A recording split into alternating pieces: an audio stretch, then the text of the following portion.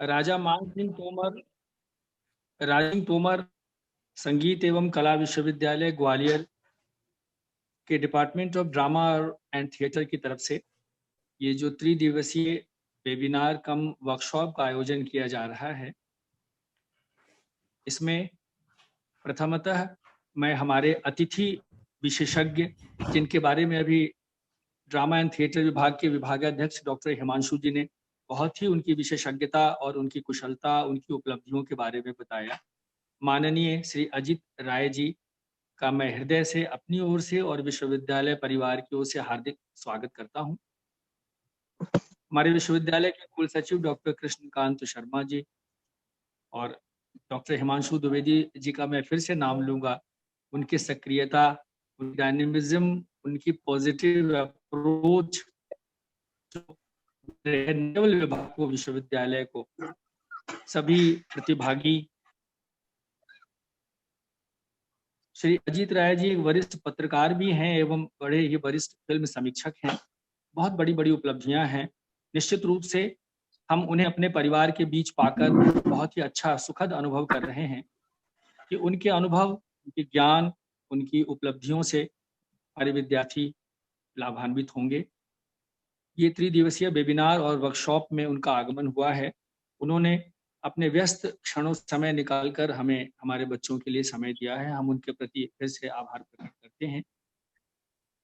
देखिए, जीवन कई प्रकार की कलाओं से, कई प्रकार की गतिविधियों से प्रभावित होता है।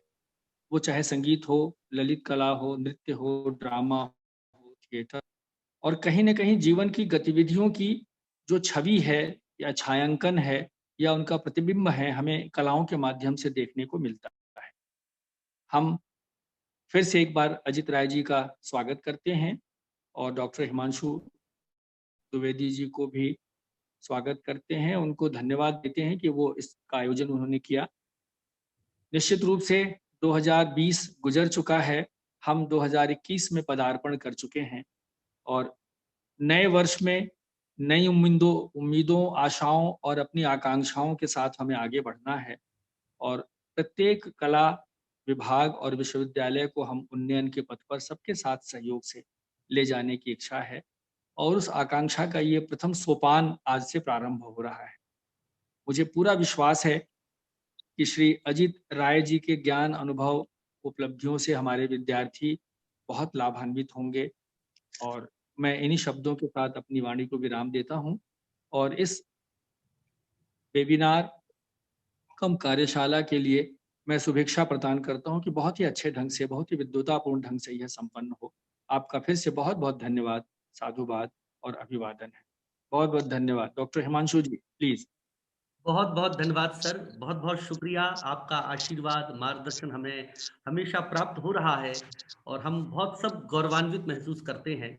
हमें ये मालूम है कि आप इस समय अपने एक बहुत महत्वपूर्ण कार्य से बाहर हैं, बहुत व्यस्तता है, लेकिन उसके बावजूद हम बार बार आपको परेशान भी करते हैं और आप हमारे सुविधा के अनुसार आ भी जाते हैं। इसके लिए हम संपूर्ण विभाग और सभी बच्चों की तरफ से आपको अपनी कृतज्ञता ज्ञापित करते हैं। थैंक यू नहीं नहीं, सो मच बहुत सर। अच्छा, आपका बहुत आशीर्वाद, अच्छा लगा। आपको आपको बहुत शुभेच्छा। हम तो अ, आए ही हैं विश्वविद्यालय और सारी कलाओं की सेवा के लिए। हम तो कला सेवक हैं, कला साधक हैं, तो इसलिए बहुत बहुत शुभेच्छा, बहुत धन्यवाद। Thank you sir. हमारे बीच हमारे विश्वविद्यालय के परम आदरणीय कुल सचिव सर डॉक्टर कृष्णकांत शर्मा जी जुड़े हुए हैं, जो एक बेहतरीन प्रशासक, बेहतरीन कला मर्मज्ञ और कला की भले ही चाहे उस विधा से नहीं है, लेकिन कला के सशक्त हस्ताक्षर उसको समझते हैं, कैसे क्या होना चाहिए और उसमें नए नए आयाम। और जब से वो आए हैं तो जो भी कला से संबंधित, चाहे बैजू बावरा समारोह, अभी तो बहुत कम सर समय हुआ है, बैजू बावरा समारोह हो या उससे रिलेटेड और समारोह चल रहा है या एकेडमिक चीजें हो, उसमें आप लगातार हम सभी को आदेशित कर रहे हैं और अपना मार्गदर्शन प्रदान करते हुए चीजें बहुत नए ढंग से उन्नयन की ओर जा रही हैं। मैं आपसे विनम्रता पूर्वक अनुरोध करूंगा कि आप कृपया आप अपने शब्दों से भी हमें लाभान्वित करें, अपना आशीर्वाद प्रदान करें। डॉक्टर कृष्णकांत शर्मा सर, आदरणीय सर। माननीय कुलपति जी, हमारे कार्यक्रम के आज के मुख्य वक्ता कहिए, मुख्य शिक्षक कहिए, श्री राय साहब, डॉक्टर हिमांशु द्विवेदी और हमारे सभी विद्यार्थी, माननीय कुलपति जी का भी बहुत प्रेरक उद्बोधन हमने सुना है। वास्तव में बहुत सकारात्मकता के साथ में वे हमें अपना मार्गदर्शन दे रहे हैं, और जहाँ भी विश्वविद्यालय को रचनात्मक कार्यों में उनके सहयोग की आवश्यकता रहती है, वो सदैव उसमें आगे हैं। हमारा नाट्य विभाग बहुत अच्छा काम कर रहा है, आगे भी करेगा, ऐसा मेरा विश्वास है। डॉक्टर हिमांशु द्विवेदी बहुत मेहनत के साथ और अपनी पूरी शक्ति और सामर्थ्य के साथ जुटे हुए आगे ले जाने के लिए मैं आप सबको इस कार्यक्रम के लिए शुभकामनाएं देता हूं। मुझे लगता है कि इस समय अपने को वो पंक्तियां याद रखना चाहिए कि जीवन का रहना, किंतु पहुंचना उस सीमा तक जिसके आगे राह नहीं। बहुत बहुत शुभकामनाएं, धन्यवाद। बहुत बहुत धन्यवाद सर। बहुत अद्भुत आपकी ये पंक्तियां हम सभी के लिए प्रेरणादायी हैं और आपका आशीर्वाद निरंतर हमें प्राप्त होगा। मैं 2 पंक्तियों के साथ आपके लिए प्रेम पूर्वक विनम्र समर्पित करता हूं कि दिल मिले किसी को दिलदार मिले, घर मिले किसी को घर बार मिले, फूल मिले किसी को फूलों का हार मिले, इन प्यारे प्यारे बच्चों को और हम सभी को हर वक्त आप सबका प्यार मिले। अब एक ऐसे कलात्मक व्यक्तित्व के धनी जिनके लिए हम सब चातक की तरह इंतजार कर रहे थे और काफी समय बाद, कोविड के बाद, विपरीत परिस्थितियों के बाद वो अभी विभाग में आए भी थे, उनका मार्गदर्शन प्राप्त हुआ, बहुत सारी नई चीजें और तरीके हमें बताते गए हैं कि ऐसे ऐसे करके और चीजें आप कर पाएंगे। तो मैं उनको तो करूंगा ही, और आज जो एक प्रारंभ हो रहा है 3 दिवसीय व्याख्यान और उसके लिए मैं विनम्रता पूर्वक समस्त नाट्य एवं रंगमंच संकाय के बच्चों की तरफ से विनम्र आग्रह करता हूं कि सर अब आपको समर्पित है और हम सब आपको बस सुनेंगे और सीखेंगे और उसका अनुपालन करेंगे। परम आदरणीय, परम सम्माननीय वरिष्ठ पत्रकार एवं फिल्म समीक्षक, रंग जगत और सिनेमा जगत के एक दैदीप्यमान नक्षत्र श्री अजित राय जी। मैंने बहुत अभी हाल ही में तानसेन संगीत समारोह में आपके विश्वविद्यालय के कुलपति साहित्य कुमार नाथ जी का प्रदर्शन देखा और उनका संगीत सुना, और उसमें एक बात मुझे कुलपति जी ने कही, एक हल्की सी चलते चलते मुलाकात हुई थी, राहुल रस्तोगी ने करवाया था वहां तानसेन संगीत समारोह के मंच से जब वो उतरे तो हमने कहा, तो उन्होंने ये कहा कि असली मंच की शोभा, गरिमा और सुख तो इस मंच पर है जो कला का मंच है। कुलपति का पद उतना महत्वपूर्ण नहीं है, यानी कि कुलपति का जो मंच है और वो कुर्सी है, उससे ज्यादा महत्वपूर्ण उन्होंने कहा कि वो कला का मंच है जहां वो अपनी कला का प्रदर्शन करते हैं। तो हिमांशु जी, राजा मान सिंह तोमर विश्वविद्यालय के जिस तरह से ऐसे कुलपति मिले हैं, तो उससे तो आप लोगों का भविष्य समझ में आता है कि एक ऐसा कुलपति जो अपने कुलपतित्व के पद से ज्यादा कला के मंच के पद को महत्व देता। तो इसलिए मैं आदरणीय कुलपति जी का आभार व्यक्त करता हूं, और माननीय कुल सचिव जी का, कृष्णकांत शर्मा जी का, जिन्होंने मेरे सम्मान में 2 शब्द बोला। और आपने, दरअसल दोस्तों, सिनेमा पर हम लोग बातचीत करने के लिए यहाँ इकट्ठा हुए हैं, और जैसा कि मैंने जितना वेद, पुराण, महाभारत और भारतीय वाङ्मय पढ़ा है, सिनेमा एक पश्चिम की विधा है, वो भारत की विधा नहीं है। बाकी सब चीज हमारे यहाँ पुष्पक विमान थे, हमारे यहाँ बहुत साइंस और टेक्नोलॉजी थी, लेकिन वैदिक इतिहास से लेकर अब तक के इतिहास तक ये नहीं पता चलता कहीं भी कि हमारे यहाँ सिनेमा भी था। यानी कि 1895 में जब पेरिस में लूमियर्स ब्रदर्स ने सिनेमा का आविष्कार किया, उससे पहले दुनिया में सिनेमा नहीं था। और रंगमंच के विद्यार्थियों को इसलिए उसके बारे में जानना चाहिए क्योंकि सिनेमा 20वीं शताब्दी की सबसे ताकतवर कला विधा है, और इसमें सारी कलाएं शामिल हैं, और सिनेमा थिएटर के बाद की विधा है। तो इसमें नृत्य भी है, संगीत भी है, साहित्य तो है ही, टेक्नोलॉजी भी है, विज्ञान भी है, रंगमंच भी है, अभिनय भी है, चित्रकला भी है, डिजाइनिंग भी है, ग्राफिक्स है, और जितनी भी कलाएं इस दुनिया में हो सकती हैं वो सब सिनेमा में आकर मिल जाती हैं। तो आइए हम चलते हैं, थोड़ी सी उस यात्रा पर बात करते हैं कि कैसे 100 साल में ही यह विधा दुनिया भर में इतनी ताकतवर हो गई कि वो सरकारें बदल सकती हैं। वो सिनेमा ने कई देशों में भी, आप देखिए कि सोवियत संघ के विघटन में हॉलीवुड के फिल्मों के योगदान पर कई रिसर्चें चल रहे हैं। आप देखिए कि ईरान में जो औरतों की आजादी की बात आज आई है, तो ईरान में ईरानी सिनेमा का उसमें बहुत बड़ा योगदान है। और इतना ही नहीं, जब ईरानी फिल्मकार असगर फरहदी को ऑस्कर अवार्ड मिला उसकी फिल्म सेल्समैन के लिए दूसरी बार, और डोनाल्ड ट्रंप ने कुछ देशों के नागरिकों के लिए भेदभाव नीति बनाई वीजा देने की, तो असगर फरहदी ने अपने राष्ट्र के नागरिकों के स्वाभिमान के लिए उस समारोह का बहिष्कार किया और उसने एक ईरानी साइंटिस्ट को अवार्ड लेने भेजा लॉस एंजल्स में। वो ईरानी साइंटिस्ट नासा में साइंटिस्ट था और उसने असगर फरहदी का अवार्ड लेते हुए कहा, उसने वही बात कही जो हमारी भारतीय संस्कृति में वसुधैव कुटुंबकम की बात की जाती है। उसने कहा कि जब हम अंतरिक्ष से इस पूरी दुनिया को देखते हैं तो ये सारी दुनिया एक फूलों का ऐसा गुलदस्ता दिखाई देती है जिसमें राष्ट्रों की सीमाएं नहीं है।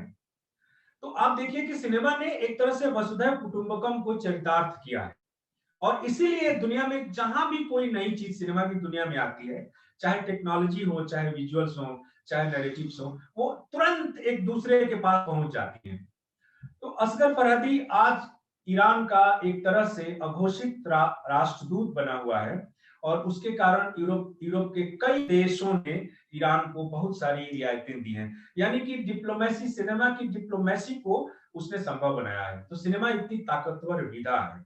और हम चीन को देख लें, जापान को देख लें, हम साउथ कोरिया को देख लें, दूसरे देशों को भी देखें, तो वह है। दुर्भाग्य से हिंदुस्तान ने कभी अपने सिनेमा पर ध्यान नहीं दिया और हमारे यहाँ जो प्रतिष्ठान थे उन्होंने कभी हमारे सिनेमा को एक अंतर्राष्ट्रीय कूटनीति का माध्यम नहीं बनाया। यदि वो बनाते तो हमारी ताकत शायद 10 गुना और बढ़ जाती। तो आइए देखते हैं कि चलते हैं कि बात शुरू करते हैं जहां से सिनेमा शुरू होता है। आप सब जानते हैं कि इसका आविष्कार और इसके आविष्कार में कई वैज्ञानिकों का योगदान रहा है, जिसमें थॉमस एडिसन नाम बहुत बड़ा आता है, जिसने लेंसेज और कैमरे की ओर आगे जाकर रिसर्च किए। और जब कैमरा बना और लेंसेज बने तो उसके बाद 1895 में दुनिया दंग रह गई जब पहली बार 1895 में पेरिस के इंडे ग्रैंड कैफे में लुमियर्स ब्रदर्स ने अपनी फिल्मों का पहला प्रदर्शन किया। और दुनिया की पहली जो फिल्म है वो कभी आप गूगल पर जाकर देखिए वो क्या है, वो है कि वर्कर्स लीविंग द लुमियर्स फैक्ट्री, यानी कि लुमियर्स के फैक्ट्री से बाहर जाते हुए मजदूर, ये टाइटल है वो दुनिया की पहली फिल्म का। उसके बाद डिमोनिस्ट्रेटिंग इन गिरती हुई दीवार है, अराइवल ऑफ ए ट्रेन है। तो इस तरह से उसने 8 छोटी छोटी फिल्में बनाई थी। और पेरिस के उस कैफे में जब अराइवल ऑफ द ट्रेन का प्रदर्शन हुआ तो लोग अपनी कुर्सियों से उठकर भागने लगे थे और वो ऐसा लगा जैसे ट्रेन आपके ऊपर से गुजर जाएगी और आप कुचल कर मर जाएंगे। इतना बड़ा प्रभाव उस समय सिनेमा का था 1895 में। अभी मैं पिछले दिनों पेरिस गया था, इस बार तो जाना संभव नहीं हुआ कोविड के कारण। तो वो जो ग्रैंड इंडे कैफे है वो एक बहुत बड़े होटल में बदल गया है और उसके बेसमेंट में जहां वो पहला प्रदर्शन सिनेमा का हुआ था वहां एक लुमियर्स की याद में एक रेस्टोरेंट बनाया गया है और बहुत सारे लोग श्रद्धा के साथ वहां जाकर चाय कॉफी पीते हैं और अपने इतिहास को, सिनेमा के इतिहास को याद करते हैं। लुमियर्स ने सोचा, और ये भी ये तय है कि सिनेमा और पैसे का रिश्ता चोली दामन का रिश्ता है, यानी कि पैसे के बिना सिनेमा नहीं चल सकता, सिनेमा के बिना पैसा नहीं चल सकता। तो बहुत सारे शुद्धतावादी लोग जो कहते हैं कि सिनेमा में पैसा क्यों कमाना चाहिए, उसकी बुनियाद ही पैसे से शुरू होती है। आपको ये कैसे हुआ? जब लुमियर्स ने ये फिल्में बना ली और आप देखिए कि उसने 1905 के आसपास, यानी कि 10 साल जाते जाते इजिप्ट में और इजिप्ट के महान शहर अलेक्जेंड्रिया में उसने अपनी सिनेमेटोग्राफी की कंपनी लॉन्च की थी और उसी कंपनी ने पूरे अरब वर्ल्ड में उस जमाने में सिनेमा का विकास किया था। आप देखिए कि जब लुमियर्स ने फिल्में बना ली, जब दुनिया की पहली फिल्म बन गई, तो उसने सोचा कि इससे पैसे कमाए जाएं। तो उसने पानी के जहाज पर अपने कुछ टेक्नीशियनों के साथ अपनी फिल्मों को ऑस्ट्रेलिया में प्रदर्शन करने के लिए भेजा। ऑस्ट्रेलिया जाते हुए अरब सागर में तूफान आ गया और उस जहाज को मुंबई के बंदरगाह पर 2-3 दिन के लिए रुकना पड़ा, क्योंकि तूफान रुकने का इंतजार कर रहे थे लोग। तो उन लोगों ने सोचा कि क्यों ना मुंबई में हम लोग कुछ पैसे कमा लें सिनेमा दिखाकर।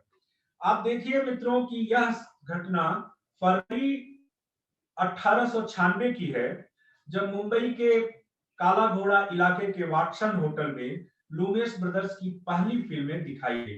यानी कि हिंदुस्तान में सिनेमा का पहला प्रदर्शन फरवरी 1896 में हुआ।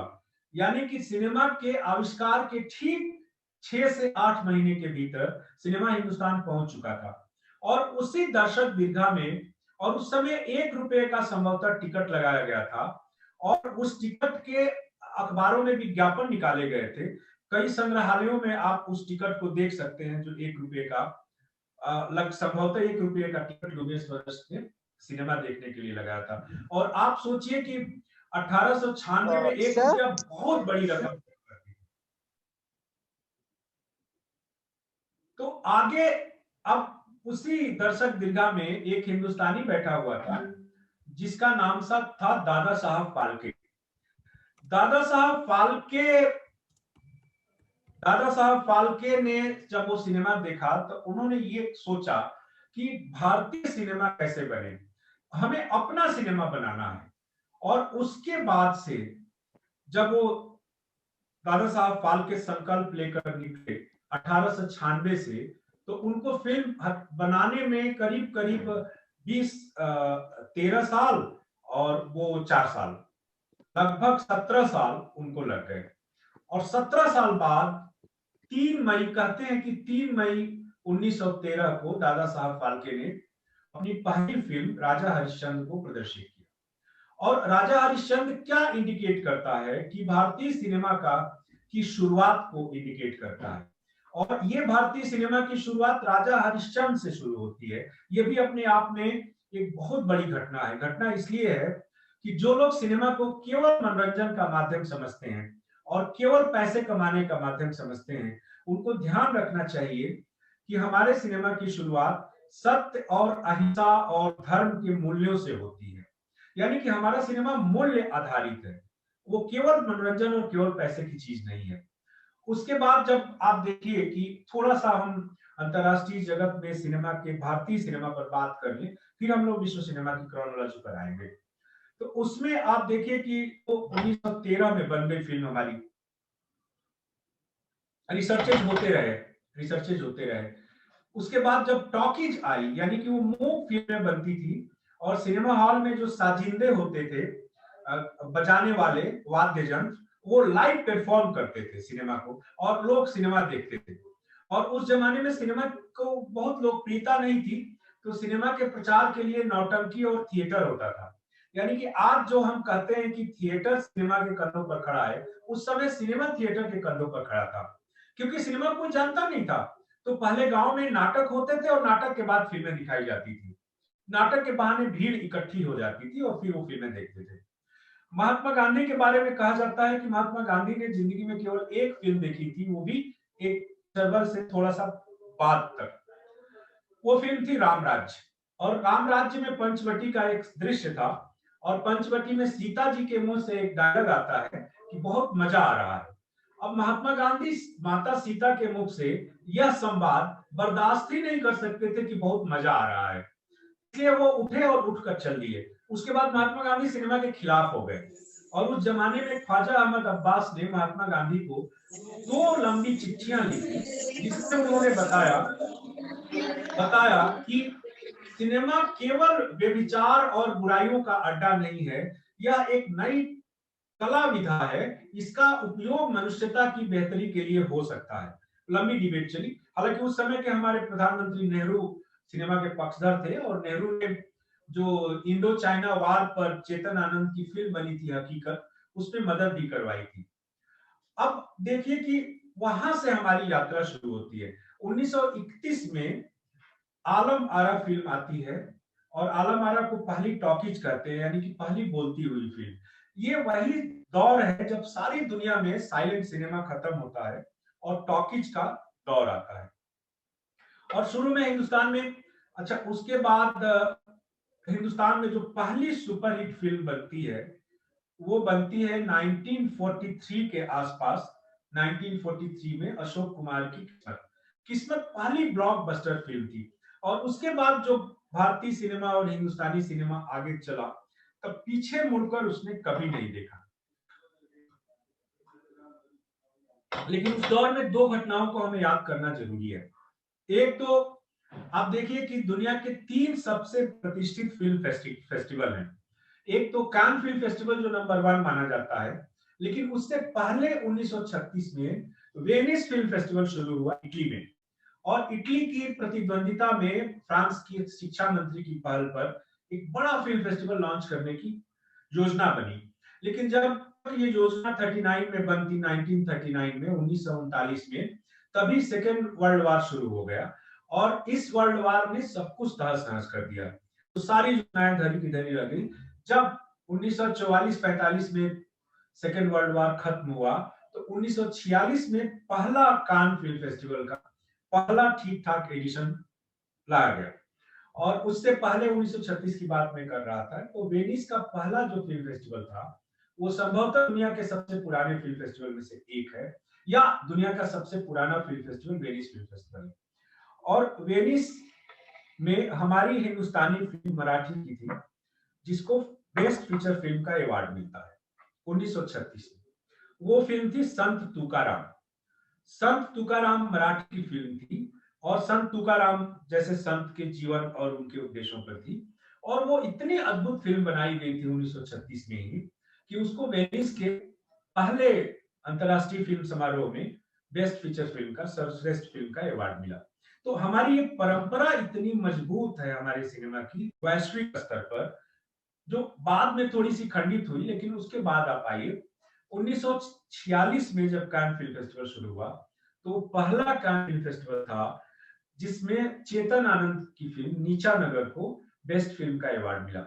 यानी कि दुनिया के दो सबसे बड़े, सबसे महत्वपूर्ण फिल्म फेस्टिवल के पहले अध्याय में ही भारत की 2 फिल्में लगातार बेस्ट फीचर फिल्म का अवार्ड जीतती हैं। चेतन आनंद को बाद में फिर जूरी का मेंबर भी बनाया गया। उसके बाद 1955, 46 से 55 एक ऐसा दौर है जब एशिया के सिनेमा ने विश्व सिनेमा के दरवाजे पर दस्तक दी, और सबका ध्यान एशिया के सिनेमा पर गया। और एशिया के 3 देश उसमें नेतृत्वकारी भूमिका में थे। एक तो भारत, और भारत के सत्यजीत राय। सत्यजीत राय की पाथेर पांचाली को कान में पान द ओर, जिसको बेस्ट फिल्म का अवार्ड मानते हैं, मेडल मिला। और दूसरे थे अकीरा कुरोसावा, जो जापान में थे, जिनकी 7th समुराई आई थी। और तीसरे थे ईरान के फिल्मकार। तो ईरान, भारत और जापान ने पहलकदमी की, और 1955 से एशिया वर्ल्ड सिनेमा के मैप पर बड़ी तेजी से उभरा और चलता गया। अब आते हैं हम लोग थोड़ा सा विश्व इतिहास पर आते हैं। तो वहां से फ्रांस में आप जानते हैं कि पेरिस में, जैसा कि मैंने बताया, सिनेमा का आविष्कार हुआ, और इसका कारवां आगे बढ़ता बढ़ता गया। लेकिन लूमियर्स ब्रदर्स के बाद 1925 का जो समय है, 1925 वही समय है जब हॉलीवुड में, उस समय तक हॉलीवुड नहीं बना था, वो एक अलग तरह का फिल्म उद्योग था। बाद में उसको हॉलीवुड कहा जाने लगा। लॉस एंजल्स में चार्ली चैपलिन एक महान फिल्मकार के रूप में आ गया है। लेकिन चार्ली चैपलिन से पहले, जो मैंने कई अपने व्याख्यानों में कहा है, कि बहुत कम लोगों को मालूम है कि दुनिया में पहली बार सेंसर बोर्ड की मांग कहां से उठी, और दुनिया में पहली बार फिल्मों को सेंसर करने की बात कहां से उठी। वो अमेरिका में 1915 में एक ग्रिफिथ की, D.W. ग्रिफिथ की फिल्म आई, जिसका नाम था बर्थ ऑफ ए नेशन। और ये बर्थ ऑफ ए नेशन को आप तुलना कीजिए, आपने देखा होगा कि पिछले 2 सालों से अमेरिका में काले लोगों का विद्रोह चल रहा है। और काले लोगों का विद्रोह, और उसमें जिसमें एक गोरे पुलिस वाले ने एक काले आदमी की गर्दन दबा दिया, जिससे दम घुटने से उसकी मौत हो गई थी। और उस पर उसका जो बहुत बड़ा फिल्मकार है इस समय, स्पाइक ली, अमेरिका का, जिसकी ब्लैक क्लांसमैन फिल्म थी कान फिल्म फेस्टिवल में, और उसे इस साल 1920 में 2020 में कान फिल्म फेस्टिवल की जूरी का प्रेसिडेंट बनाया गया था, लेकिन कोविड और कोरोना के कारण वो सारे फेस्टिवल रद्द हो गए, इसलिए वो हो नहीं पाया। लेकिन ब्लैक क्लान्समैन फिल्म लेकर जब 2 साल पहले स्पाइक ली गया था कान में, तो उसने हम सबके सामने ये बात कही थी कि अमेरिका बारूद के ढेर पर खड़ा है, यानी कि कभी भी विस्फोट हो सकता है। और अमेरिका में गोरे लोगों की सुपरमेसी का जो संगठन है, उसको हम के कहते हैं, 3K, कू क्लान्स कहते हैं, कुछ उसका नाम है। तो वो उन संगठन ने जिस तरह से अमेरिकी राष्ट्रपतियों की हत्या करवाई थी, जैसे आपको पता होगा कि अब्राहम लिंकन को गोली मार दी गई थी सिर्फ इसलिए कि उन्होंने समानता के लिए और काले लोगों के अधिकारों के लिए लड़ाई लड़ी थी। मार्टिन लूथर किंग का उदाहरण आपके सामने है। तो वो बर्थ ऑफ ए नेशन एक ऐसी फिल्म आई 1915 में डीडब्ल्यू ग्रिफिथ की, कि जिसमें बताया गया कि जो अमेरिका इतना बड़ा साम्राज्य बना हुआ है, वो काले लोगों पर अत्याचार करके बना है, उनकी औरतों के साथ बलात्कार करके, उनकी संपत्ति को लूट कर, उनके घरों में आग लगाकर। और जैसे ये फिल्म रिलीज हुई, अमेरिका के 10 राज्यों में भयानक दंगे शुरू हो गए, और वो दंगे ऐसे शुरू हो गए कि काले लोगों ने गोरे लोगों को मारना पीटना शुरू कर दिया, क्योंकि उन्होंने जब देखा सिनेमा के पर्दे पर उनके पूर्वजों को कैसे गोरे लोगों ने मारा निर्ममता से, कैसे उन पर अत्याचार हुए, तो खुद को रोक नहीं पाए। उसके बाद सुप्रीम कोर्ट में कई केस हुए उस फिल्म के खिलाफ, और उस फिल्म पर प्रतिबंध की मांग उठाई गई। और पहली बार अमेरिका के सुप्रीम कोर्ट ने यह फैसला दिया कि इस फिल्म को अभी नहीं दिखाया जा सकता, क्योंकि इससे देश की जनता की जान माल की क्षति हो रही है। तो 1915 एक कालजयी काल था, एक तरह से वो नेशन, जिसको हम फिल्म स्टडीज में बहुत महत्व देते हैं। यानी कि सिनेमा ने पूरे अमेरिका को एकदम उद्वेलित कर दिया। इतने लोग मारे गए उन दंगों में एक सिनेमा के कारण, एक फिल्म के कारण। क्योंकि अमेरिका और इंग्लैंड और यूरोप अधिकतर फिल्मकार जो लोग हैं, वो बहुत ईमानदारी से हिस्ट्री को बरतते हैं, और हिस्ट्री में जाते हैं, वो कोई धोखा और आल जाल नहीं करते उसमें, जैसा है उस तरह से वो अपने विचारों की अभिव्यक्ति की स्वतंत्रता है और उस तरह से वो करते हैं। तो वहां से आप आगे आ जाइए 1925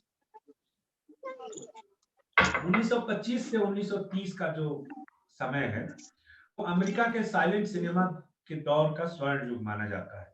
चार्ली चैपलिन वहां हुए, और एक चार्ली चैपलिन, आप देखिए क्या ट्रेजेडी है, इतना बड़ा कलाकार चार्ली चैपलिन, उनको अमेरिका ने राष्ट्रद्रोही घोषित किया था, क्योंकि वो अमेरिकी पूंजीवाद का विरोध करते थे। और उन्होंने अपनी फिल्मों में, जैसे उनकी फिल्म थी गोल्ड रश में सोने की खदान वहां निकली, और सोने की खदान पर जिस तरह से मारा मारी हुई उस पर उन्होंने बनाई थी। फिर उन्होंने सिटी लाइट्स बनाई, एक अंधी लड़की की रोशनी वापस लौटाने और प्रेम कहानी थी।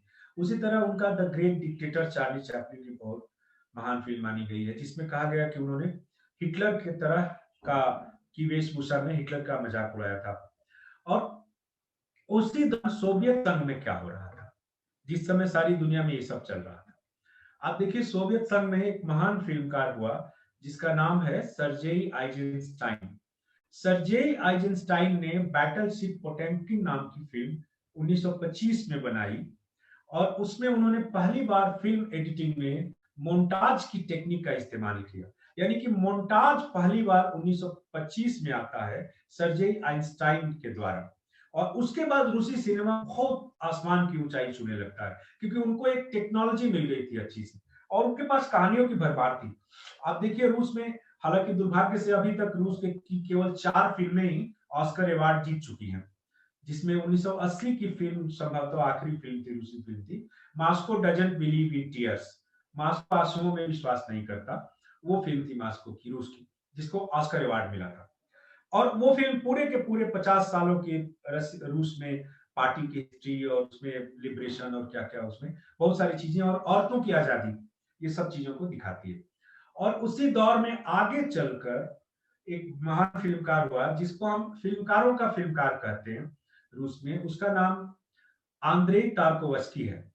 आंद्रे तार्कोवस्की की भी 2 आखिरी फिल्में इटली और यूरोप में शूट की गई और बनी है, लेकिन आंद्रे तार्कोवस्की की बहुत सारी फिल्मों को आप याद कर सकते हैं, जिनमें सबसे महत्वपूर्ण मैं मानता हूं, उसने एक 16वीं शताब्दी या 14वीं शताब्दी के पेंटर के जीवन पर बनाई थी, आंद्रेई रूबलेव। और वो इतना कॉम्प्लेक्स फिल्मकार है आंद्रेई तार्कोवस्की कि आप उसकी फिल्म में एक बार यदि प्रवेश करते हैं तो फिर प्रवेश करते ही चले जाते हैं। एक सुरंग है उसकी फिल्में और उसमें आप बाहर नहीं निकल पाते और उसी में घूमते रह जाते हैं। इतना जटिल और कॉम्प्लेक्स फिल्मकार है। तो तार्कोवस्की और सर्जेई आइजनस्टाइन विश्व सिनेमा के इतिहास में खुदा माने जाते हैं, ईश्वर माने जाते हैं और इनकी चर्चा के बगैर हम सिनेमा और बातचीत नहीं कर सकते। तो रूस को हम लोग यही अभी विराम, हालांकि रूस के 2-3 नई मैंने सर्जेई लोजनिट्स और एक जिग्नियासेव, आंद्रे जिग्नियासेव, ये 2 नए फिल्मकार हैं जिनको कान फिल्म फेस्टिवल और यूरोप में आजकल काफी महत्व दिया जाता है, क्योंकि वो लोग रूसी समाज में जो अभी विखंडन है, यानी कि रूसी के परिवार की टूटन है रूसी समाज में, उसको बाहर ला रहे हैं। जैसे उन लोगों की एक बहुत अच्छी फिल्म थी लवलेस, यानी कि प्रेमहीनता, और वो एक सवाल उठा रहे हैं कि जो भी हमारा रूस महाशक्ति है, इतना बड़ा बन गया, ये सब बन गया, लेकिन यदि परिवार ही नहीं बचेंगे और इंसानियत ही नहीं बचेगी तो हम सब मशीन में बदल जाएंगे, और उस मशीन नागरिक का हम क्या करेगा एक देश। तो ये सब सवाल सिनेमा के लोग उठा रहे हैं। और इसमें पुतिन के शासनकाल में अभी पिछले दिनों एक फिल्म आई थी कान में लेटो करके, समर करके, और उस फिल्मकार को आने ही नहीं दिया। दुनिया भर के राष्ट्राध्यक्षों ने अपील जारी की थी और उनको पुतिन से कहा था कि इनको भेजिए, उसने नहीं आने दिया। उसी तरह ईरान में जफर पनाही हाउस अरेस्ट हैं, और जफर पनाही की फिल्म थी 3 मैसेज कान में, तो उनको भी ईरान की सरकार ने आने नहीं दिया, उनको हाउस अरेस्ट कर लिया। तो दुनिया भर के बहुत सारे ऐसे फिल्मकार हैं मित्रों जो अपनी जान की बाजी लगाकर फिल्में बना रहे हैं।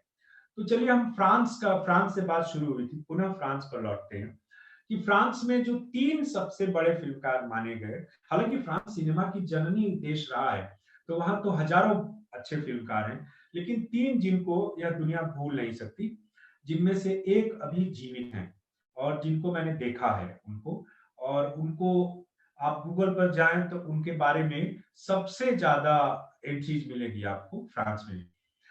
उनकी आखिरी 3 फिल्में सिनेमा का नया एस्थेटिक रच रही हैं, नया सौंदर्य शास्त्र गढ़ रही हैं, जिनका कहना है कि सिनेमा में डायलॉग की और कहानी की जरूरत नहीं है, it's the medium of visuals, वो कहते हैं। और उन्होंने 3 बार ऑस्कर अवार्ड लेने से इनकार किया। उनको life time achievement award Oscar ने 3 बार ऑफर किया, तीसरी बार उन्होंने उसको एक्सेप्ट किया था। उनका नाम है जियान-लुक गोदार। जियान-लुक गोदार की बायोपिक आई है अभी, रीडाउटेबल करके, और जियान-लुक गोदार ने पेरिस में हुए 60s के दौर में स्टूडेंट्स मूवमेंट को भी लीड किया था, और 1 साल उनके कारण कान डिस्टर्ब हुआ था, कान फिल्म फेस्टिवल नहीं हो पाया था क्योंकि स्टूडेंट्स का आंदोलन चल रहा था। तो एक तो है वहां पेरिस के जियान रेनुआ, तो जियान रेनुआ जैसे स्केपगोट और जूल्स एंड जीम्स, उनकी बहुत सारी फिल्में। और फिर एक है फ्रांसवा ट्रूफो की 400 ब्लोज, और जिस तरह से और द वीमेन नेक्स्ट डोर और बहुत सारी फिल्में हैं। लेकिन गोदार ने 1959 में गोदार की फिल्म आती है ब्रेथलेस। ब्रेथलेस ने पूरी दुनिया में फिल्म मेकिंग का तरीका बदल दिया। तो गोदार ने कहा कि सिनेमा बनाने के लिए आपके दिमाग में समझ होनी चाहिए, भारी भरकम स्टूडियो और भारी भरकम कैमरे और ट्रॉली और इसकी जरूरत नहीं है। गोदार ने कहा कि एसडी कैमरा पर भी आप, वीडियो कैमरा पर भी शूट करके आप फिल्में बना सकते हैं।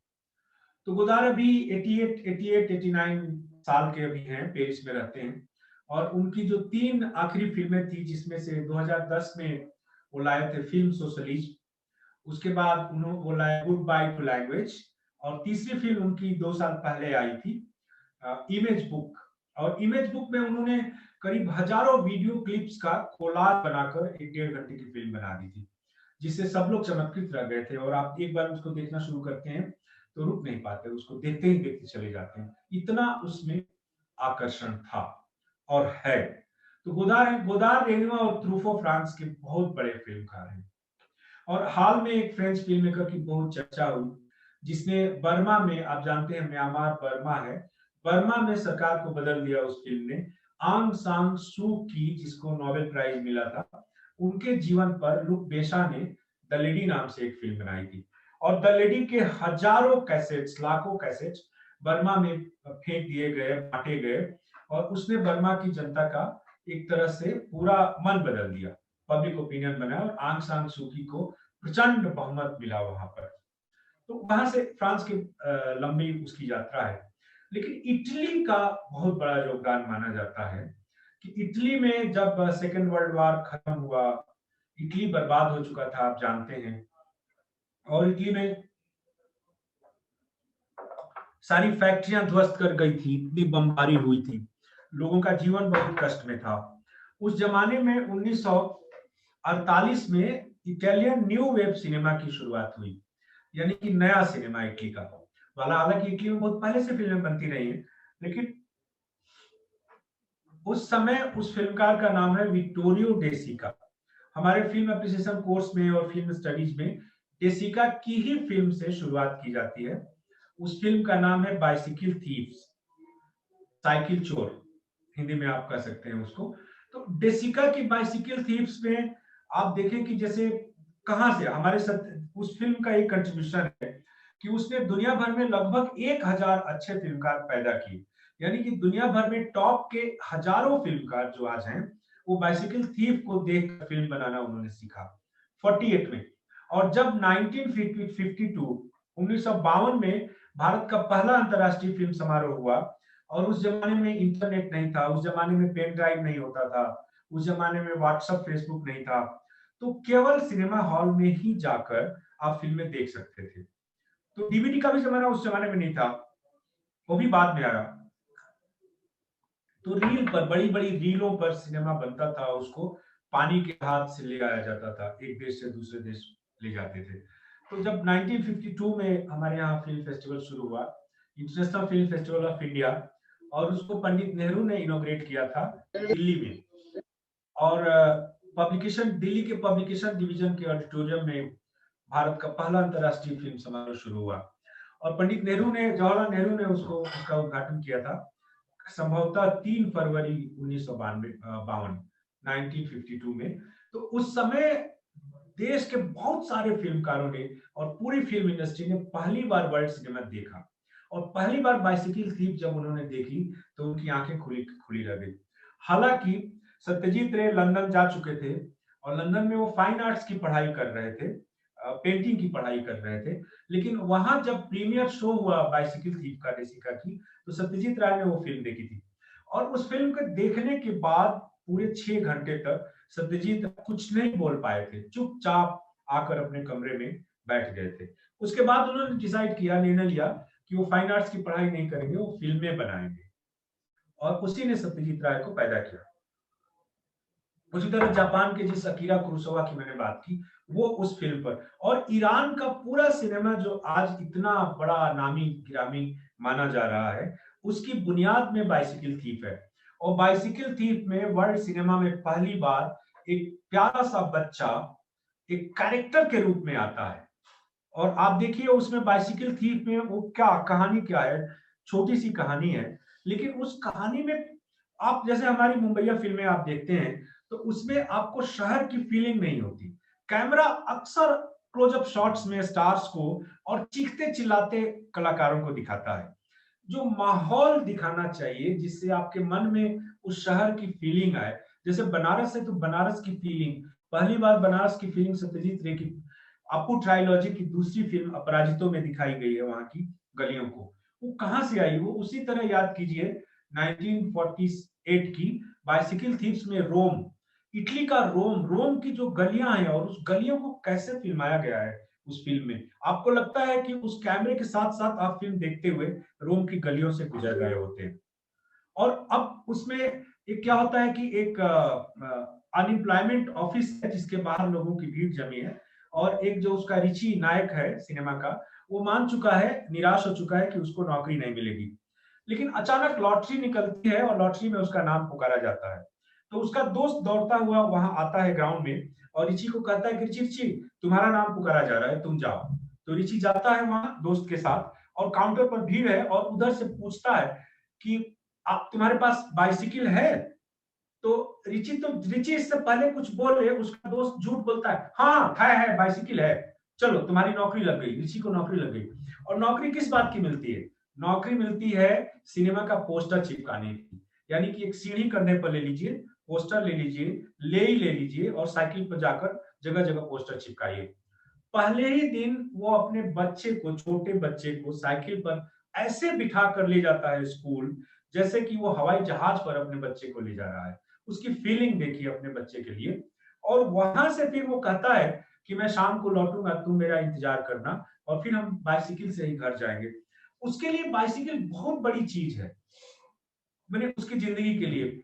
वहां से वो फिल्म शुरू होती है। और पहले ही दिन जब वो पोस्टर चिपका रहा होता है, एक रोमानिया का रिफ्यूजी चोर वो बाइसिकल चुरा लेता है, क्योंकि भयानक गरीबी है उस समय, सेकेंड वर्ल्ड वॉर में पूरा यूरोप तबाह है। और वो पीछा करता है उस साइकिल चोर का, नायक हमारा। और उसी पीछा करने के दौरान पूरा रोम हम सिनेमा में देखते हैं। और बाद में वो अपने, उसको याद आता है कि यार मेरा बच्चा बच्चा तो अकेले स्कूल में वेट कर रहा होगा। फिर वो दौड़ता हुआ स्कूल भागता है, उसकी जेब में कुछ पैसे हैं, स्कूल से अपने बच्चे को उठाता है और बच्चे को लेकर फिर घर आता है। फिर वो सोते हैं, नेक्स्ट डे फिर साइकिल की खोज शुरू हो जाती है। यही वो वर्ल्ड सिनेमा की पहली फिल्म है जिसने दुनिया भर में 1000 से ज्यादा ग्रेट फिल्म मेकर्स पैदा की, इटली का। और इटली के 2 फिल्मकारों का अभी मैं नाम जरूर लेना चाहूंगा, जिसमें से एक की 100वीं जन्म वर्षगांठ मनाई जा रही है, बर्थ एनिवर्सरी, 100 इयर्स ऑफ उसका मनाया जा रहा है। उसका नाम है फेडरिको फेलिनी। फेडरिको फेलिनी से पहले एक फिल्मकार है जो कि बहुत इंटेलेक्चुअल फिल्मकार है, लेकिन हर आदमी उसकी फिल्मों को पसंद नहीं कर सकता, लेकिन वो पढ़ाया जाता है फिल्म स्टडीज में। उसका नाम है माइकल एंजिलो अंटोनियोनी। अंटोनियोनी आप कह सकते हैं, माइकल एंजिलो अंटोनियोनी, जिसकी रेड डेजर्ट और जिसकी बहुत सारी फिल्में हैं वो उस दौर को दिखती हैं। तो उसके बाद फेडरिको फेलिनी क्या है कि हमेशा अपनी फिल्मों में वो स्पिरिचुअल है, वो आध्यात्मिक उस सेंस में स्पिरिचुअल है कि जो मनुष्य के मन के भीतर है वही वो सिनेमा में दिखाता है। और वो हमेशा रिलीजन पर, हालांकि वो कैथोलिक है। और ये आश्चर्य है कि फेडरिको फेलिनी की आलोचना वेटिकन सिटी के चर्च भी करता था, चर्च भी उसको गरियाता था और कम्युनिस्ट भी उसको गरियाते थे, क्योंकि वो किसी आइडियोलॉजी में नहीं बनता था, वो हर चीज पर क्वेश्चन शुरू करता था। वहां के सोशलिस्ट और कम्युनिस्ट इसलिए फेडरिको फेलिनी के खिलाफ थे क्योंकि उनका कहना था कि ये मजदूरों की बात नहीं करता, गरीबी की बात नहीं करता। और चर्च इसलिए खिलाफ था उसके कि वो कहता है कि कैथोलिक होकर ये पाप वाली फिल्में क्यों बनाता है। जैसे उसकी फिल्मों में सेक्स है, सपने हैं, उसकी फिल्मों में औरतों को गुलाम बनाने की जो मर्द की मानसिकता है वो दिखाई देती है।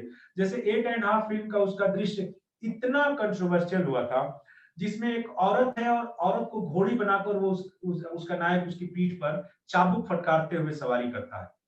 तो ये दृश्य अपने आप में था। तो फेलिनी ये दिखाना चाहता था हम औरतों के प्रति लाख कुछ भी करें, जब तक सुंदर स्त्रियां हमारे सामने होती है हम उनको हासिल करने के लिए कुछ भी करते हैं, लेकिन जैसे ही हम उसको हासिल कर लेते हैं वो हमारे लिए गुलाम की तरह हो जाती है। हम वस्तुतः औरतों को मर्द गुलाम ही के रूप में देखना चाहते हैं। फेडरिको फेलिनी की सबसे महान फिल्म है जिसका नाम है ला डोल्चे वीटा। ला डोल्चे वीटा मतलब एक तरह से सुखमय दाम्पत्य आप कह सकते हैं। 3.5 घंटे की लंबी फिल्म है। और उसी तरह से उसकी और बहुत सारी फिल्में हैं। अभी उस पर एक डॉक्यूमेंट्री आई है, फेलिनी द स्पिरिट करके, जिसमें उसने अपने बहुत सारे उसके इंटरव्यूज हैं और वो सारी चीजें वो कहता है। बाद में वो अमेरिका भी गया, हॉलीवुड भी गया, और फेलिनी को भी life time achievement Oscar award मिला है। और फेलिनी बहुत ही महत्वपूर्ण फिल्मकार माना जाता है। तो जो भी सिनेमा में एक दूसरी धारा है जो कि आध्यात्मिकता, स्पिरिचुअलिज्म और मेंटल एनालिसिस की ओर जाती है, वो फेलिनी से प्रभावित है। इटली में बर्तुलोस्की और बहुत सारे और लोग इटली में हुए, लेकिन ये 3 लोगों का जानना जरूरी है, विक्टोरियो डे सिका, फेडरिको फेलिनी और माइकल एंजिलो अंटोनियोनी। अब फ्रांस और इटली के बाद अब थोड़ा सा हम आगे बढ़ते हैं, एक एक देश और एक एक फिल्मकारों के बारे में सोचते हैं, उसके बारे में डिस्कस करते हैं कि वो क्यों इतने महत्वपूर्ण हैं। और आजकल तो इटली में जिस फिल्मकार का जादू सिर चढ़कर बोलता है उसका नाम है पाउलो सोरेंटिनो। पाओलो सोरेंटिनो को सनडांस फिल्म फेस्टिवल ने प्रमोट किया।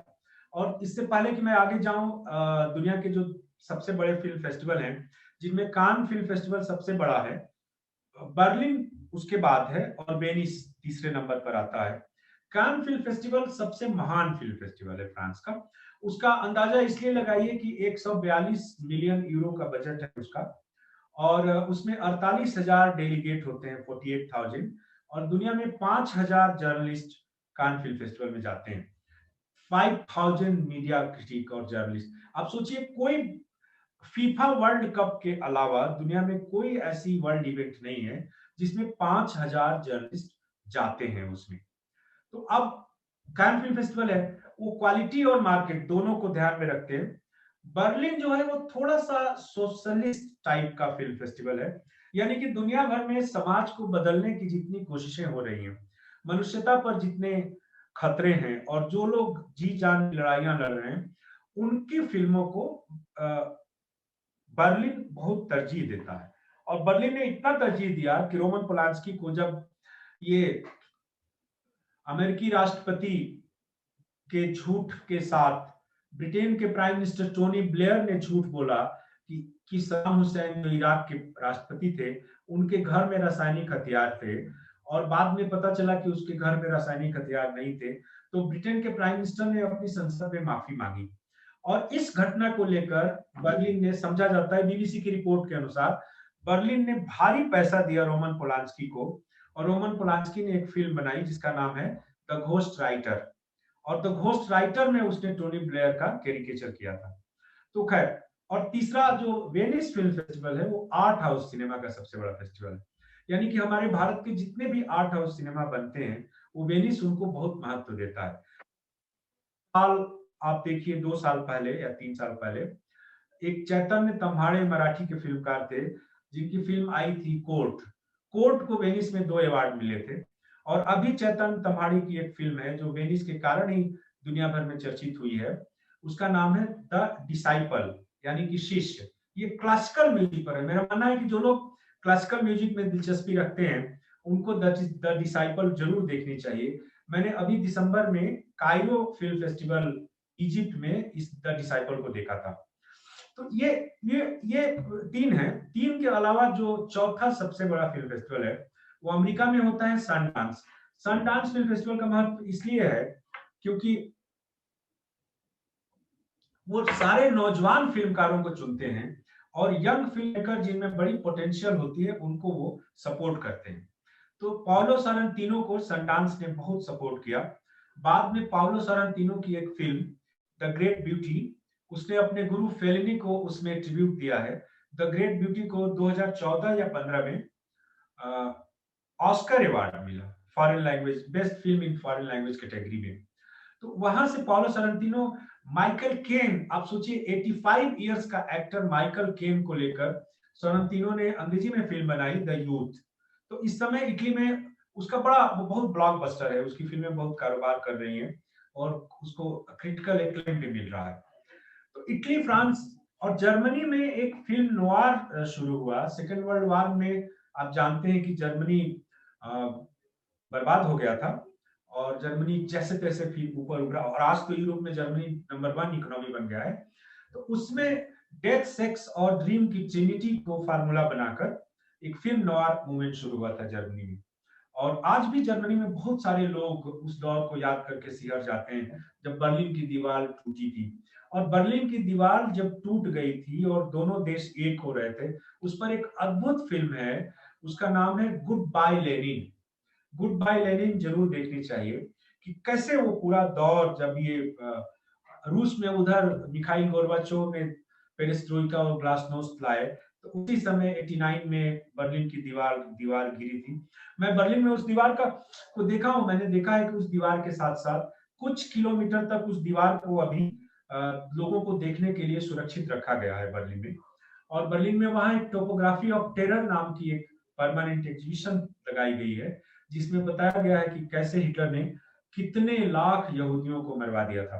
तो जर्मनी अपने इतिहास को लेकर बहुत ईमानदार है। उनको लगता है कि हम शर्मिंदा हैं हिटलर के उस दौर पर, जिसमें इतने निर्दोष लोग मारे गए थे।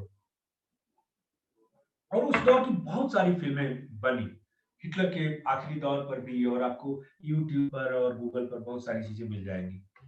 अब थोड़ा सा यूरोप में इधर आगे बढ़ते हैं, जिसमें इंग्लैंड का नाम आता है बहुत, और इंग्लैंड से पहले मैं स्पेन की चर्चा करना चाहूंगा। स्पेन के एक सबसे महान फिल्मकार, जैसे भारत के सत्यजीत रे हैं, वो स्पेन में लुई बुनुएल की फिल्में बहुत ही पसंद की गई। लेकिन इस समय स्पेन के सबसे बड़े फिल्मकार हैं पेड्रो अल्मोदोवार, और पेड्रो अल्मोदोवार ने मेलोड्रामा, मेमोरी, मेलोडी और सारी चीजों का, और पेन माने पीड़ा, दुख, इसकी एक सिंफनी रचने में काबिलियत है। और पेड्रो अल्मोदोवार की film it's all about my mother से लेकर और अभी हाल में पेन एंड ग्लोरी तक उनकी जर्नी है। बहुत नामी फिल्मकार हैं और मेट्रो हो चुका है, कान फिल्म फेस्टिवल में वो जूरी के प्रेसिडेंट रह चुके हैं, तो उनका बड़ा नाम है स्पेन में। उसी तरह पोलैंड में आप जाएं तो पोलैंड में 2-3 फिल्मकार हैं, और कई, जैसे रोमन पोलांस्की पोलिश हैं, पोलैंड के हैं लेकिन वो पेरिस में रहते हैं, वहीं बस गए हैं। और पोलैंड में जैसे आंद्रे वाजदा ने पहली बार सिनेमा में, वर्ल्ड सिनेमा में एक नई टेक्निक, डॉक्यू ड्रामा की टेक्निक ले आए वो आंद्रे वाजदा, और उनकी फिल्म थी मैन ऑफ मार्बल। अभी हाल में 92 इयर्स की एज में उनकी डेथ हुई है, और 91 ईयर की एज में उनकी आखिरी फिल्म हम लोगों ने देखी थी, जो एक पेंटर के लाइफ पर थी, जिसका नाम था आफ्टर इमेज। और आफ्टर इमेज में, चूंकि आंद्रे वाजदा को हमेशा ये लगता रहा कि कम्युनिस्ट की तानाशाही के दौर में स्टालिन ने उनके पिता को मरवा दिया था, और उस समय आप देखें कि कम्युनिस्ट तानाशाही के दौर में Romania, Poland, Hungary, Czechoslovakia, Bulgaria, और वो जो ईस्टर्न यूरोप के जितना क्लाउड था पूर्वी यूरोप का, उसमें इतने लोगों को संदेह में मार दिया गया, क्योंकि उन लोगों को लगता था कि वो कम्युनिस्ट विचारधारा के खिलाफ सोचते हैं। मार दिया गया, उनको मौत की घाट उतार दिया गया। इतने लोग, केवल स्टालिन, ट्रॉट्स्की और उन लोगों को ही नहीं मरवाया था वहां रूस में, बाकी लोगों को भी मार दिया गया था यहाँ इस सब देशों में। तो आंद्रे वाजदा को हॉन्ट करती रहती थी हमेशा चीजें, जैसे वो लेक वालेसा पर उन्होंने मैन ऑफ होप बनाई आंद्रे वाजदा ने। लेक वालेसा एक शिपिंग कॉर्पोरेशन में मजदूर थे, और मजदूर से वो फिर वहां के पोलैंड के राष्ट्रपति बने थे। तो ये सब आंद्रे वाजदा बहुत पोलैंड के नामी फिल्मकार हैं। उसी तरह रोमानिया उसके बगल में एक देश है। रोमानिया में 1960 से लेकर और 1990 के आसपास तक, 30 साल तक, वहां भी कम्युनिस्ट तानाशाही रही, और वहां का सबसे बड़ा तानाशाह था निकोलाई चाउशेस्को।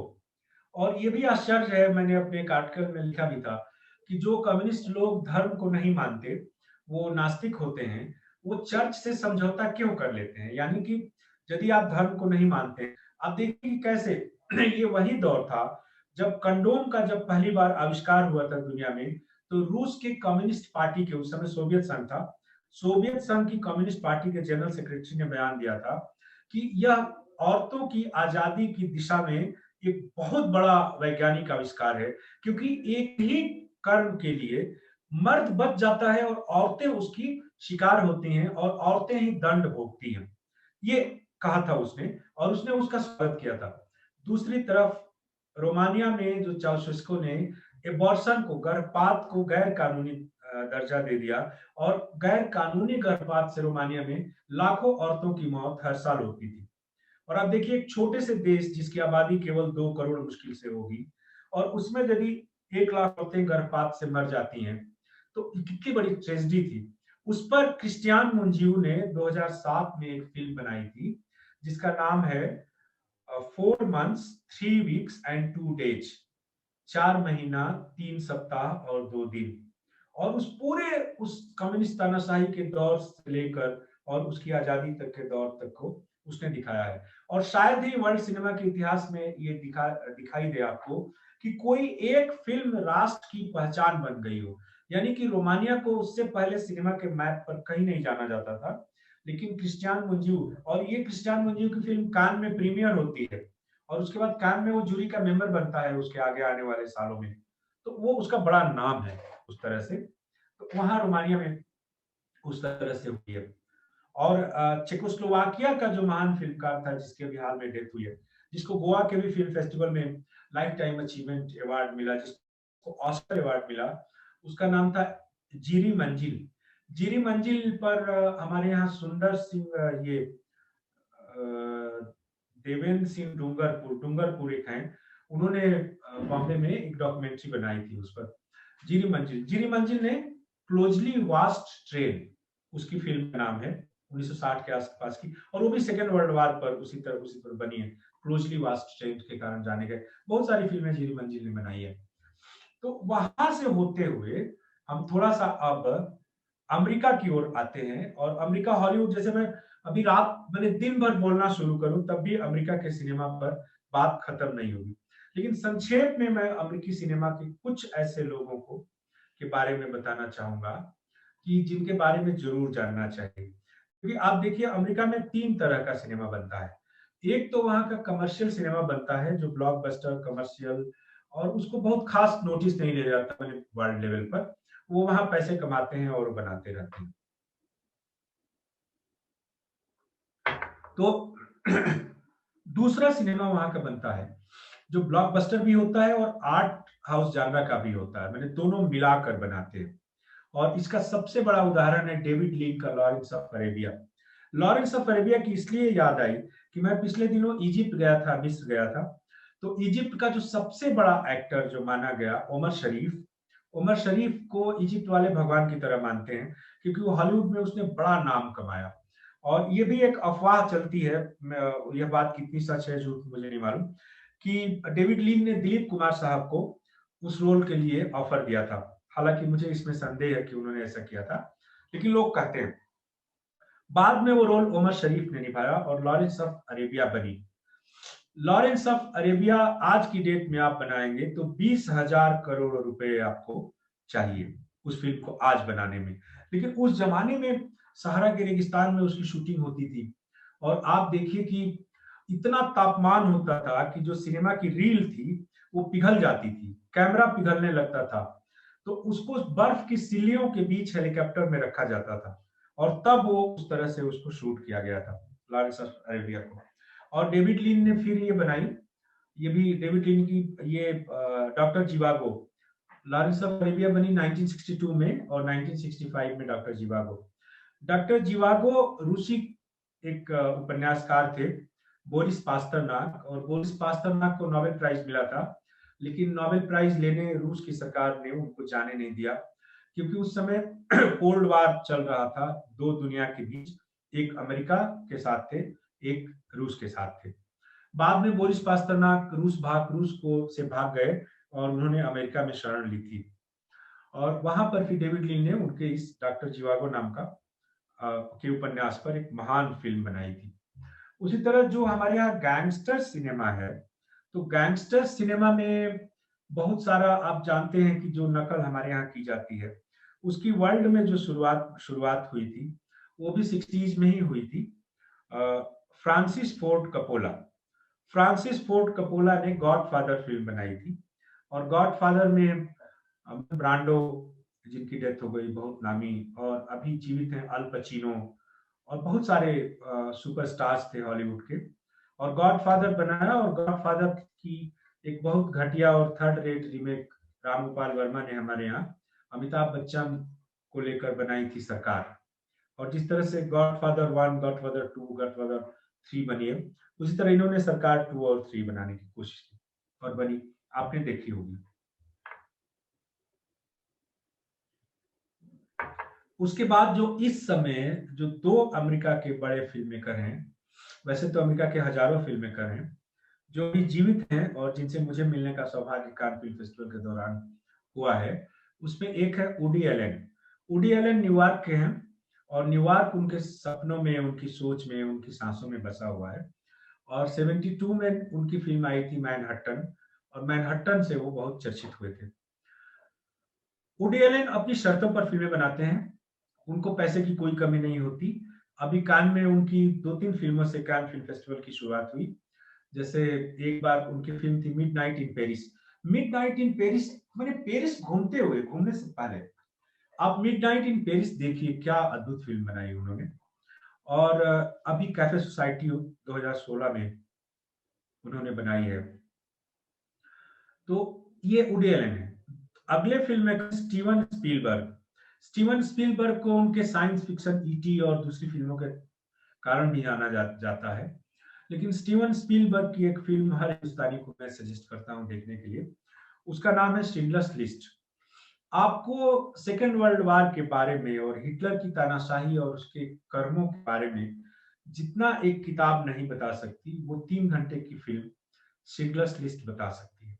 उसको 7-8 कैटेगरी में ऑस्कर अवार्ड नॉमिनेट किए गए थे और मिले थे, और अद्भुत फिल्म थी स्टीवन स्पीलबर्ग की। स्पीलबर्ग बच्चों के लिए भी फिल्में बनाते हैं, जिसमें एक फिल्म उनकी थी BFG, बिग फ्रेंडली जायंट, और उन्होंने और भी काफी काम किया था।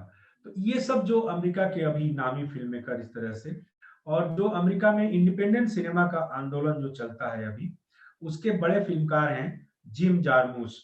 जिम जारमुश बहुत अजीबोगरीब फिल्में बनाते हैं। जैसे उनकी आखिरी फिल्म 2 साल पहले कान में थी, जिससे फेस्टिवल का उद्घाटन हुआ था। जी कुछ बोल रहे हैं? हेलो हिमांशु। जी जी नहीं सर, आप रखिए, जब आप चाहे, जब तक चाहे। नहीं आपकी जब मर्जी। जिम जारमुश की फिल्म है डेड डोंट डाई। आप सोचिए कि वो शहर में क्या हो जाएगा जब कब्रों से मुर्दे उठकर जिंदा हो जाएंगे, और चूंकि वो मरे हुए लोग हैं तो आप दोबारा उनको मार नहीं सकते। वो आपकी गर्दन काटेंगे, आपको लूटेंगे, आपको पैरों तले कुचलेंगे, लेकिन आप उनको नहीं मार सकते, क्योंकि वो तो मरे हुए, ऑलरेडी मरे हुए लोग हैं। तो पूरी सभ्यता के खिलाफ मुर्दे उठकर खड़े हो जाते हैं डेड डोंट डाई में। तो अमेरिका इस तरह से, अमेरिका में बहुत सारे अलग अलग, और अभी जिसका बड़ा जलवा है उसका एक और फिल्मकार है जो उसको कहते हैं क्वेंटिन तारंतिनो। तारंतिनो का बहुत जलवा है पूरी जगह, और वो सुपरस्टार से बड़ा है। अभी उसने एक फिल्म बनाई है Once Upon a Time in Hollywood. उसको लेकर हिंदुजा जी और कई लोग मुझसे कान में कह रहे थे कि कान फिल्म फेस्टिवल के दौरान प्रकाश हिंदुजा कह रहे थे कि अजीत जी, हिंदुस्तान में किसी को आइडिया दीजिए कि एक फिल्म बने Once Upon Time in Bollywood. तो यदि ये बनेगी तो कौन किस रोल में होगा? उसमें ब्रैड पिट और लियोनार्डो कैप्रियो दो सुपरस्टार्स को लिए थे उसमें, और अल पचिनो एक छोटी सी भूमिका में थे, तारंतिनो और इसाबेल। लेकिन अभी मैं यूरोप से शिफ्ट करूं, उससे पहले मैं यूरोप के नए जनरेशन के कुछ फिल्मकारों के बारे में बात करना चाहूंगा। वो कमाल की फिल्में बनाते हैं। आप देखिए कि आप कहां से शुरू किया जाए, कि इंग्लैंड में, जैसे इंग्लैंड का एक बहुत बड़ा फिल्मकार है, हालांकि वो भी 82 के हो चुके हैं, केन लोच।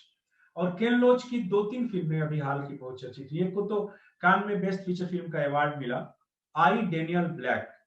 आई डेनियल ब्लैक एक मैंने उसमें केन लोच ब्रिटेन की बधिया उधेड़ देना जिसको कहते हैं। यदि केन लोच हमारे यहाँ वैसी फिल्म बनाए हिंदुस्तान के बारे में, तो हम झट से उनको राष्ट्रद्रोही साबित करके जेल में भेज देंगे। लेकिन इंग्लैंड, मैं तो देखकर इतना खुश हुआ कि उस इंग्लैंड का जिसके शासन में सूरज नहीं डूबता था, उसकी ऐसी दुर्दशा केन लोच आई डेनियल ब्लैक में बताते हैं कि उसमें कहते हैं कि वहां जिंदगी मुहाल हो गई है लोगों की, और टेक्नोलॉजी इतनी है कि सब कुछ आपको ऑनलाइन करना है। अब 60 साल के बूढ़े हो चुके लोग इस जनरेशन के, उन्होंने इंटरनेट सीखा ही नहीं ठीक से, तो ऑनलाइन सब कुछ कैसे करेंगे? और कॉल सेंटर्स पर कोई फोन ही नहीं उठाता। जैसे ही फोन वो मिलाते हैं, you are in the queue के आता है वहां से साउंड, और कुछ देर बाद होता है कि योर टाइम इज ओवर। तो इस तरह से जिंदगी, और कंसल्टेंट और लॉयर्स, वकीलों के बिना आप ब्रिटेन में जिंदगी नहीं जी सकते। तो केन लोच की वो फिल्म भी, बाद में सॉरी वी मिस्ड यू में वो बताते हैं कि एक नया रूल एक कॉर्पोरेट वाले लाए हैं सामने, कि अब कोई मजदूर और एम्प्लॉय नहीं होगा, वो एक शेयर होल्डर होगा कंपनी का। और जैसे ही वो शेयर होल्डर बनता है कंपनी का 1%, 2%, 3%, और फ्रेंचाइजी लेता है, उस मजदूर के भी जो राइट उसके हैं वो भी खत्म हो जाते हैं, तो उसकी जिंदगी और बदहाल हो जाती है। तो इस तरह केन लोच इंग्लैंड में बहुत अच्छा काम कर रहे हैं। और इंग्लैंड में बहुत सारे लोग, जैसे आप लोगों को पता ही होगा कि हमारे हिंदुस्तान के 3-4 फिल्म मेकर जो इंग्लैंड में हैं, उनका बड़ा नाम है।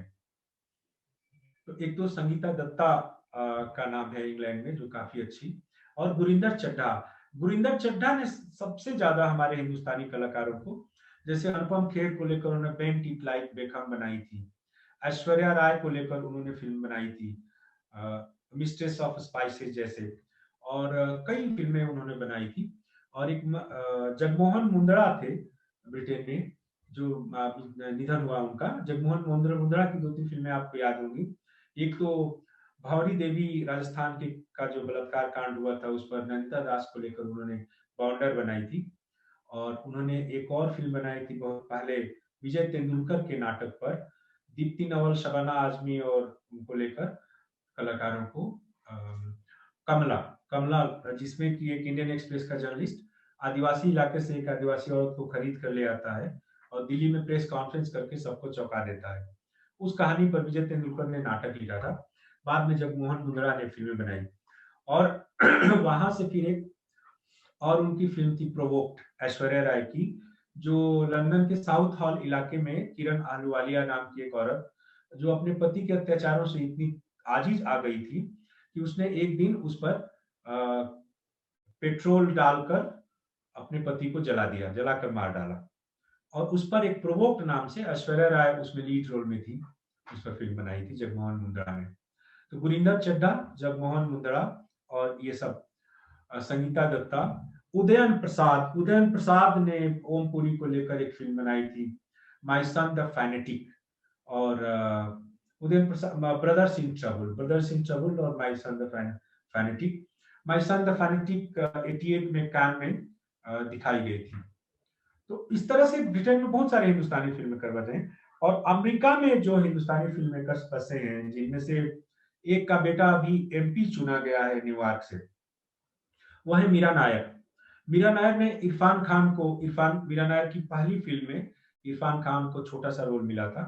बाद में मीरा नायर ने इरफान को लेकर एक लीड रोल में एक फिल्म बनाई थी, द नेमसेक, झुम्पा लाहिड़ी की किताब पर थी, और वो काफी चली। मीरा नायर का बड़ा न्यूयॉर्क में बहुत दबदबा है, और मीरा नायर ने बहुत सारी उम्दा फिल्में दी हैं। लेकिन मैं उनकी सबसे बेस्ट फिल्म सलाम बॉम्बे से ज्यादा, हालांकि सलाम बॉम्बे को कान फिल्म फेस्टिवल में एक अवार्ड भी मिला था 88 में, लेकिन इसको मानता हूँ। उसी तरह पंजाबी के हमारे फिल्मकार हैं गुरविंदर सिंह एफटीआई के ग्रेजुएट हैं, और गुरविंदर सिंह मणिकौल के शिष्य रहे हैं। आज यूरोप में उनकी काफी पूछ है, और यूरोप उनको हाथों हाथ लिए हुए है। उनकी 2 फिल्में कभी आप देखिए, एक फिल्म है पंजाबी में अंधा घोड़े दा दान, और दूसरी फिल्म उनकी है चौथी फुट, फोर्थ डायरेक्शन। और दोनों फिल्में वो एक तो ये लोग जो जितने दुनिया के बड़े अच्छे फिल्मकार हैं, एक बार बता दूं, वो साहित्यिक कृतियों पर फिल्म बना रहे हैं। यानी कि आज 90% जो वर्ल्ड सिनेमा का जो बेस्ट है, वो साहित्यिक कृतियों पर बनी फिल्मों का है। तो इसलिए ये हमें जानना चाहिए कि लिटरेचर और सिनेमा का कितना क्लोज रिलेशनशिप है। तो उसमें आप देखिए, यहाँ तक कि जो अनुराग कश्यप की भी जो सबसे, अनुराग कश्यप मैंने इस समय सत्यजीत रे के बाद यूरोप में जो सबसे पॉपुलर फिल्म मेकर हैं, इटली, फ्रांस, जर्मनी, पोलैंड और ये इंग्लैंड वगैरह में, वो अनुराग कश्यप है। अनुराग कश्यप की जो सबसे बेस्ट फिल्म है ब्लैक फ्राइडे, वो किताब पर आधारित है, किताब पर बनी। और इसी तरह से तो जितनी भी बढ़िया फिल्में बनी हैं अभी दुनिया में और बन रही हैं, वो किताबों पर बेस्ड फिल्में बन रही हैं, चाहे फ्रांस हो, जर्मनी हो, इटली हो। अभी तो मैंने एशिया की बात नहीं की। तो ये हिमांशु जी कितना आप करें तो इसमें खत्म ही नहीं हो रहा है।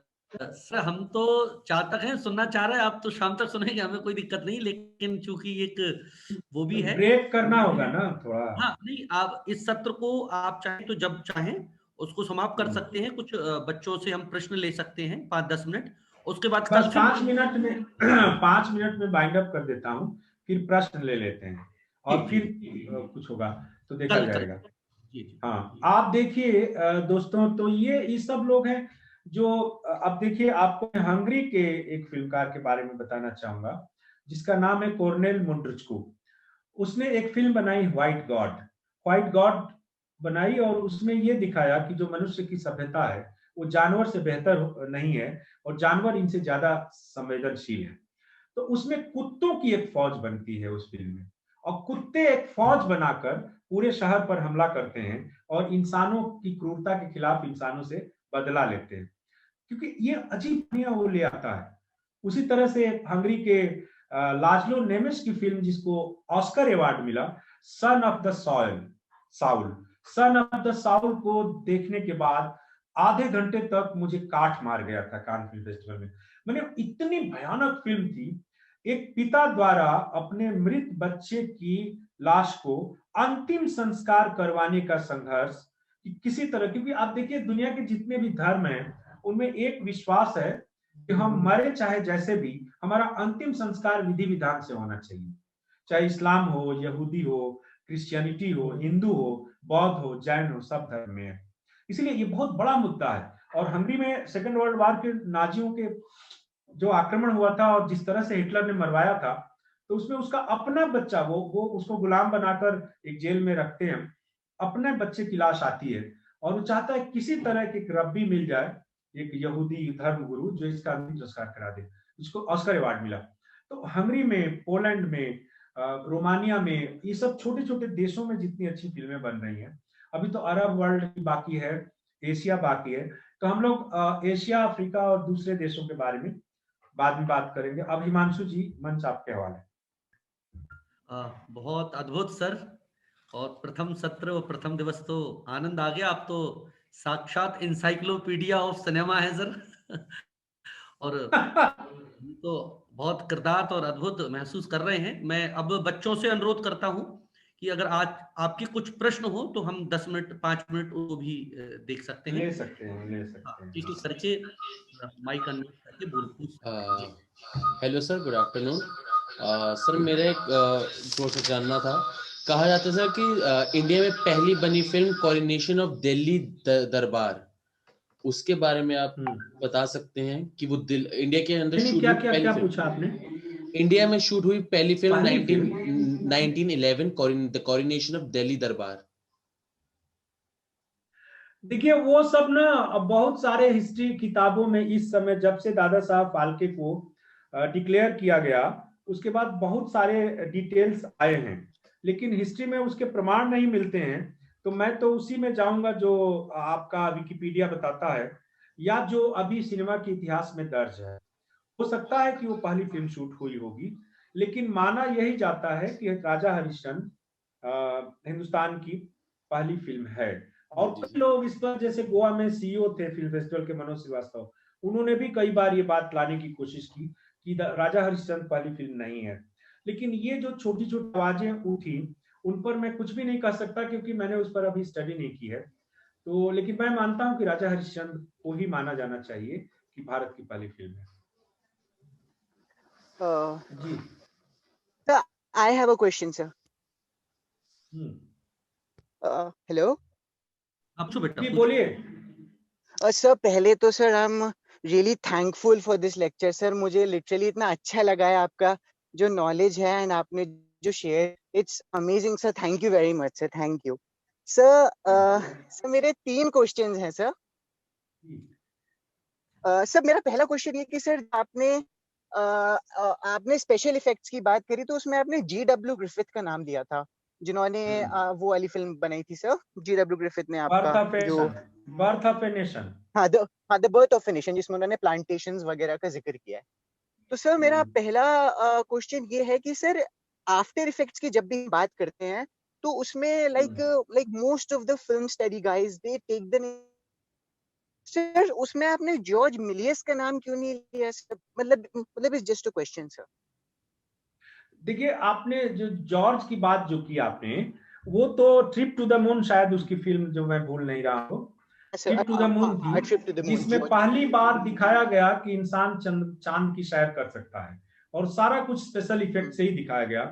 वो जो पहले जादूगर हुआ करते थे फ्रांस में और जादू करके पैसे कमाते थे, तो बाद में फिर वो सिनेमा जब आविष्कार किया लुमियर्स ब्रदर्स ने, तो उन्होंने भी एक्चुअली पैसे कमाने के लिए ही सोचा कि हम इसको एक फिल्म बनाते हैं। लेकिन चूंकि इस लेक्चर में ये जो वर्ल्ड सिनेमा हिस्ट्री, क्रोनोलॉजी, ये सब 1 महीने का पूरा लेक्चर है, तो इसलिए मैं थोड़ा सा स्किप कर गया।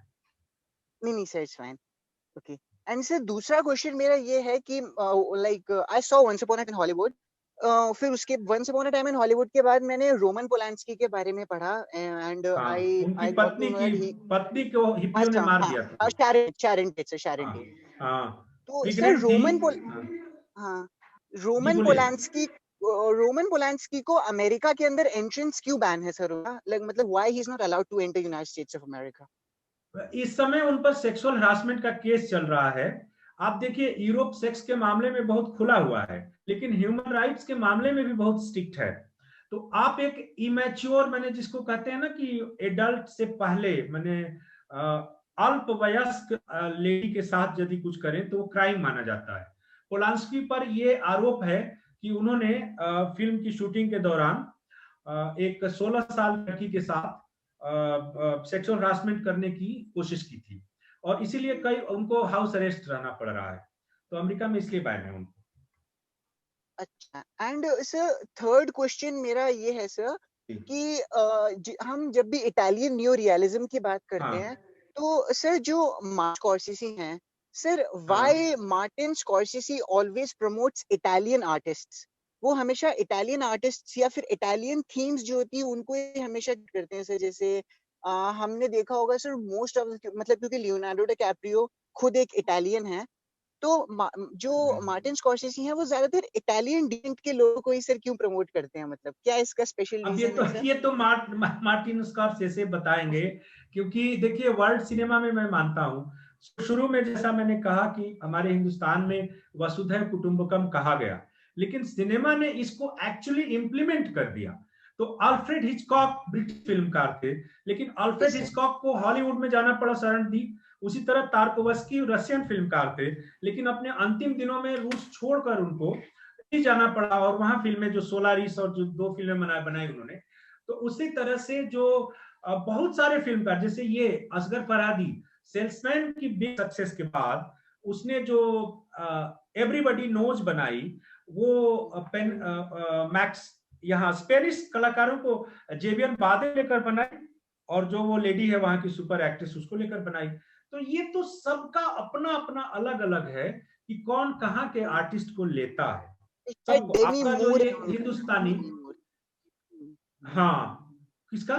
डेमी मूर सर, उनका जो एक्ट्रेस था, एक तो जेवियर बार्दी की जो को एक्ट्रेस थी, शायद का नाम डेमी मूरे था सर। नहीं, वो नहीं है, वो एक दूसरा है, उसका नाम मैं भूल रहा हूँ। तो खैर वो बहुत लस्ट्रस है, उस पर भी पेड्रो अल्मोदोवार की फिल्म वोल्वर की वो हीरोइन रही है। तो खैर, तो ये मार्टिन स्कॉर्सेसी बताएंगे, वो कान फिल्म फेस्टिवल में आए थे, इनॉग्रेशन में 19 में आए थे, और उन्होंने काफी अच्छी बातें भी की थी।